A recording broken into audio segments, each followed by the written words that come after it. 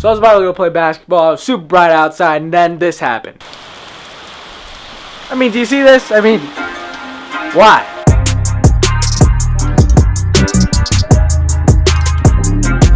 But that's okay, because now we have time to make a tutorial on how to make a travel film.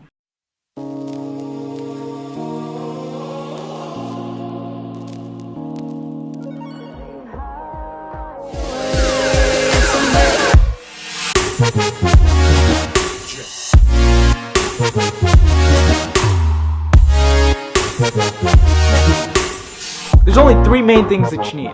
You need a camera, you need editing software, and you need music. A phone that can record video is all you need. A camera that's big is sometimes useful, but it really doesn't matter if you have one of these. The next thing you need is a video editing software. I use Final Cut Pro, but you can use iMovie or Adobe Premiere Pro. And the last thing you need is music and sounds. Cameras and video editing software are important, but they're not as important as music and sound. I get all my music and sounds from this thing called epidemicsound.com.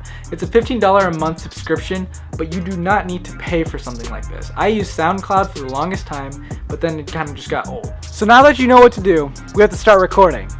And yeah, it's the next day, so it's not raining anymore. We're just gonna use this tree for example right now. We're gonna go into other examples later, but for right now, we're just gonna use this tree. Now, when you're traveling, you gotta make sure that you record as much as you can. It's better to get more footage than not enough footage. So let's say you find something like this tree and you wanna record it. Now, you wanna get the entire tree in frame for the first shot. And then after you get that shot, you wanna get closer into it and get a detailed shot of that tree.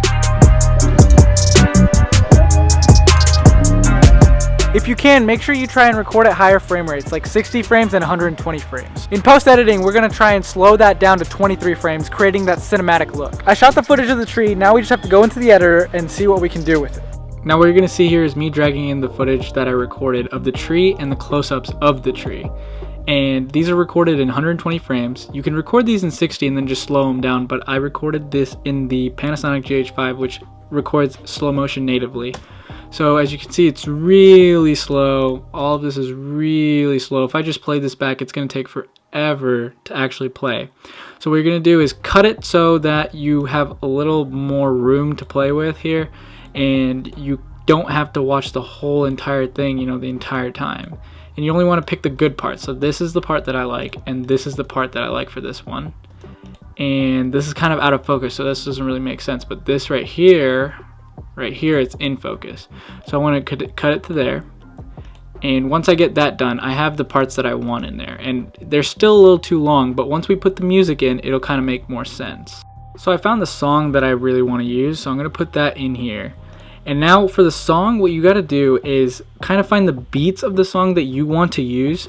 You can use the entire song, which is what you should do if it's a full-on travel film. But if you're just practicing, just find the part where the beat kind of drops. So this is where the beat drops, as you can see, like as it gets a little quieter right here, and then it goes back to loud. So what you're gonna do, you're gonna hear this right here. Right there is the beat. So right here is where we're gonna cut. And what I do is I hit B for blade, and then I cut. So then I take this out and I delete it, so then I can just use the beat that I want.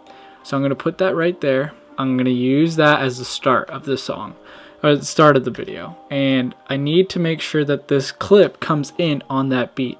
So let's say this song is playing, and then that pops in right at that beat. Do you hear when that happens? Right there, how that pops in. So when that needs to happen at the start of every travel film, so then it gets you kind of engaged into it right away. Right there, like that. And after you do that, you're gonna have to match everything up to the beat. So let's just watch it as it is, and then play with it afterwards.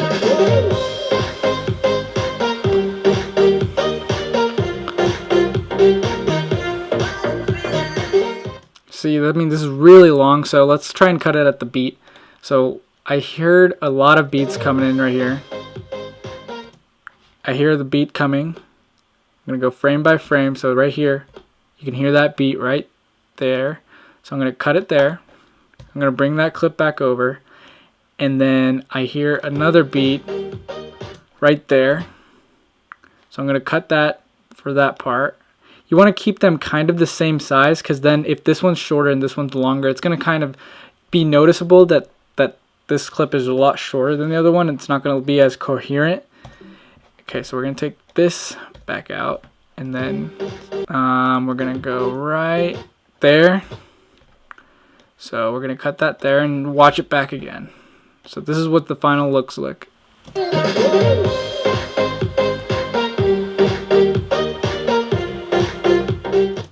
Alright, so that's what we have so far, and what we're going to do now to make the last cinematic move is put this thing called animated text boxes, right? So it's going to be the letterbox. You're going to search the letterbox, and it should be in here. If it's not in there, then you're going to have to go and search it for whatever program you're using. It should be very easy, so just put letterboxes, and what you're going to do is size it to be 2 by 35, and you do not have to do this if you're just starting off. If you don't care about it really, you don't have to do this. This just makes it a little more cinematic. So now,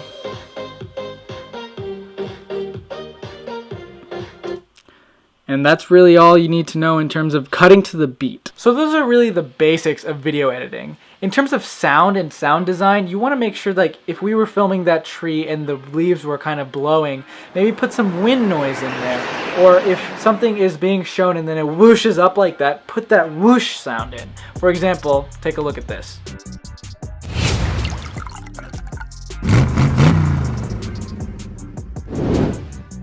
The reason you do something like that is to make sure the audience is immersed into the video that you are actually recording. One last tip that I gotta give you guys is record people. People laughing, people just looking out into the distance, whatever it is.